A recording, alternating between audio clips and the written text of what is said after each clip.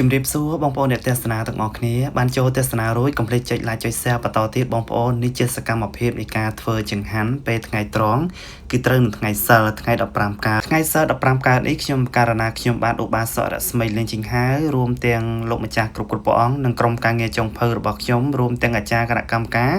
នៅក្នុងវត្តសុវណ្ណបារមីសិរីធីតារាមនៅវត្តស្លាកែតខេត្តបាត់ដំបងកំពុងរៀបចំធ្វើចង្ហាន់ពេលថ្ងៃត្រង់ទឹកចិត្តបងប្អូនអ្នកទស្សនាទាំងអស់គ្នាម្ដងទៀតណាកុំភ្លេចចុច like ចុច share ផងបងប្អូនដោយសារតែការចុច like ការចុច share របស់បងប្អូននឹងឯងធ្វើឲ្យពុទ្ធបរិស័ទទាំងអស់គ្នាបានជ្រះថ្លានិងអនុមោទនាបុណ្យជាពិសេសគឺបានឧបត្ថម្ភជាបច្ច័យក្នុងការទ្រទ្រង់ចង្ហាន់ចំពោះព្រះសង្ឃ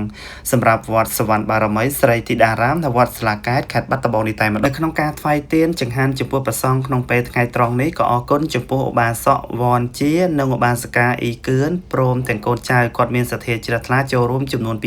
$200ហើយក្រៅពីហ្នឹងក៏ខ្ញុំប្រកាសណាបំពេញបន្ថែម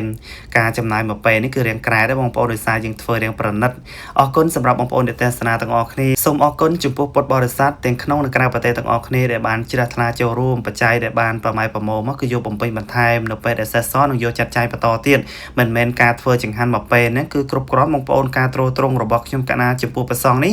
រៀងរាល់ប្រចាំថ្ងៃក្នុងនាមខ្ញុំបបាសរស្មីនេះជាងហើយជាប្រធានគណៈកម្មការក្នុងវត្តស្លាកែតខេត្តបាត់ដំបងគឺតែងតែធ្វើការទំនុកបំរុងចំពោះព្រះសង្ឃរៀងរាល់ប្រចាំថ្ងៃបងប្អូនណាបើយើងមិនបានគ្រប់គ្រងទេគឺការចំណាយការគ្រប់គ្រងចំពោះព្រះសង្ឃគឺមានការខ្វះខាតមែនទែនសូមបញ្ជាក់ទៅពុទ្ធបរិស័ទផងដែរការធ្វើចង្ហាន់នេះគឺបាយឆាបងប្អូនណាបាយឆាមានលេសាច់ក្រកមានលេពងទាចៀនមានពងទាដែលត្រូវកឡុកហ្នឹងយកមកហាន់ចំណិតទៀតរួមទាំងបង្គានិងបន្លែផ្សេងបងប្អូន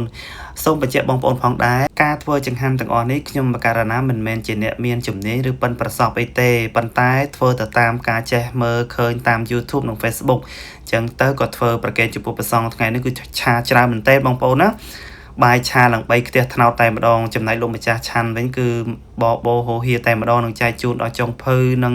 អ្នកចិត្តខាងអីដែរបងប្អូនបានន័យថាអ្នកចិត្តខាងសម្រាប់ចុងភៅហ្នឹងក៏យកទៅចែកតទៀតទៅអញ្ចឹងសូមអនុមោទនាបុណ្យទាំងអស់គ្នាដោយបងប្អូនបានទស្សនាជាច្រើនតេតោនឹងសកម្មភាពនៅក្នុងវត្តស្លាកែតក្រុងខេត្តបាត់ដំបងសម្រាប់ព្រះសង្ឃនៅមុនឡើងឆានគឺលោកម្ចាស់តែងតែតម្រង់ជួរ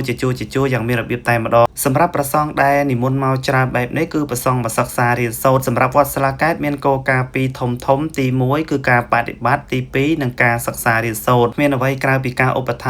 ម្ភលើកទឹកចិត្តដល់ព្រះសង្ឃដែលមកគង់បួសស្នាក់នៅបន្តការសិក្សារៀនសូត្រដូចជាចង្ហាន់នេះទេបងប្អូនណាសម្រាប់ព្រះសង្ឃគឺមានការទ្រទ្រង់វិន័យនិងការសិក្សារៀនសូត្រ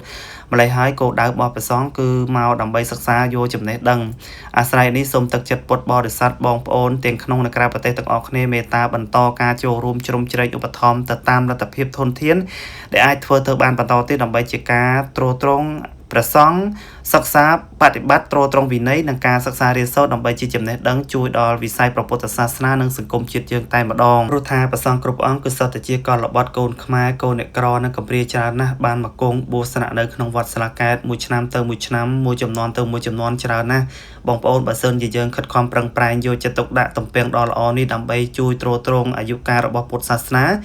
និងតំពេងដ៏ល្អនេះនឹងជួយតបស្នងដល់សង្គមជាតិយើងវិញគឺការចេះដឹងរបស់ព្រះសង្ឃគ្រប់អង្គពេលដែលនៅជាបុព្វជិតគឺបានទ្រទ្រង់វិន័យនៅក្នុងព្រះពុទ្ធសាសនាបើលោកម្ចាស់អមបនិស័យទៅលោកម្ចាស់បានជាធនធានមនុស្សសម្រាប់ជួយដល់សង្គមជាតិយើងអញ្ចឹងគឺយើងគិតពីចំណុចនេះគឺសំខាន់ណាស់បាន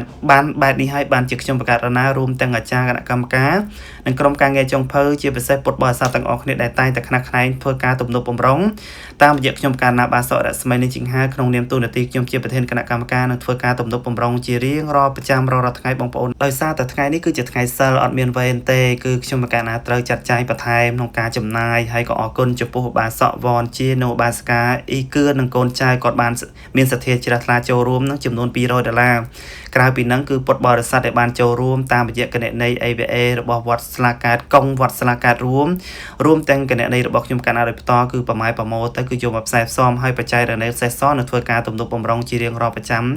រាល់ថ្ងៃទៀតដឹងទេបងប្អូនការចំណាយរបស់វត្តគឺច្រើនណាស់បងប្អូនទាំងទឹកទាំងភ្លើងប្រសង់ អាពាធជាពិសេសគឺការកសាងកុដិហើយនឹងចង្ហាន់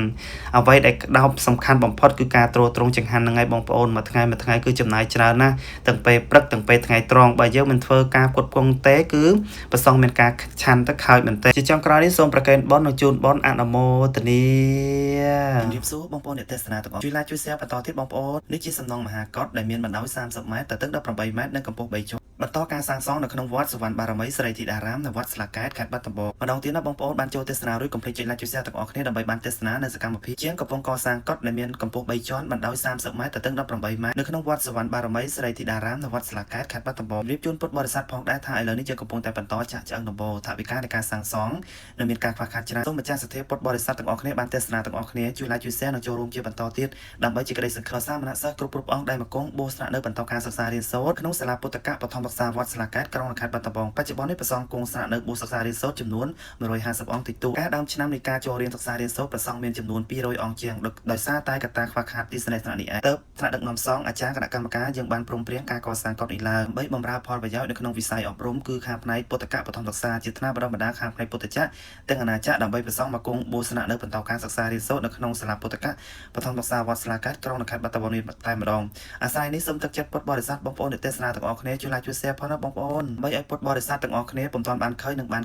ងរីករាយជ្រះថ្លាការចូលរួមនៃការកសាងកុដិដែលមានបណ្ដោយ30 ម៉ែត្រទៅទឹក18 ម៉ែត្រនិងកម្ពស់3ជាន់ដើម្បីសាមណសិស្សគ្រប់អង្គមកគង់បួសស្នាក់នៅបន្តការសិក្សារៀនសូត្រព្រះសង្ឃគ្រប់អង្គគឺសុទ្ធតែនិមន្តសង្ឃតែ25ខេត្តក្រុងនៃព្រះរាជាណាចក្រកម្ពុជាដើម្បីមកទទួលការអប់រំខាងផ្នែកពុទ្ធកៈសិក្សាជាថ្នាក់បណ្ដុះបណ្ដាលខាងផ្នែកអប់រំវិស័យពុទ្ធសាសនានិងសង្គមជាតិយើងតែម្ដងអាស្រ័យនេះសូមទឹកចិត្តពុទ្ធបរិស័ទទាំងក្នុងនិងក្រៅប្រទេសទាំងអស់គ្នាបានឃើញនៅក្នុងវីដេអូនេះសូមមេត្តាជួយ like ជួយ share និងចូលរួមឧបត្ថម្ភនៃការកសាងកុដិដោយសារតែក្នុងវត្តស្លាកែតយើងមានការខ្វះខាតកុដិនេះជាចាំបាច់មែនទែនអាស្រ័យនេះសូមទឹកចិត្តពុទ្ធបរិស័ទទាំងក្នុងនិងក្រៅប្រទេសទាំងអស់គ្នាបានឃើញនិងចូលរួមទាំងអស់គ្នាដើម្បីជាក្តីសង្ឃឹមដល់សាមណសិស្សដែលសត្វតែជាកុលបុត្រកូនអ្នកក្រនិងកំព្រាច្រើនណាស់បានមកគង់បួសស្នាក់នៅបន្តការសិក្សារៀនសូត្រដើម្បីជាចំណេះដឹងដើម្បីជួយទ្រទ្រង់អាយុកាលនៅក្នុងព្រះពុទ្ធសាសនានិងសង្គមជាតិយើងអាស្រ័យនេះសូមទឹកចិត្តបងប្អូនទាំងអស់ជួយ like ជួយ share ជាបន្តទៀតសូមអរគុណនិងអរគុណអនុមោទនា